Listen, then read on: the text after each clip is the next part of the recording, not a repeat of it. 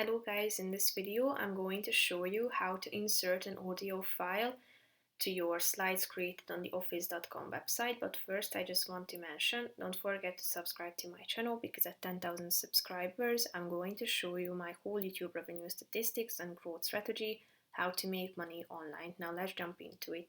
First of all, open the website on your device and then start creating your slides. After that, you should tap on this insert button at the top of the screen and go to the right side and tap on audio. Then you will be directed to your files where you need to select an audio. So just simply tap on it and click on upload, and then it will be uploaded and inserted and marked with this speaker icon that you can make bigger and smaller, and then you should position it within the screen. And here you can see that you can start playing it by tapping on the play button. So that's pretty much it for this video, guys. See you in the next one. Bye bye.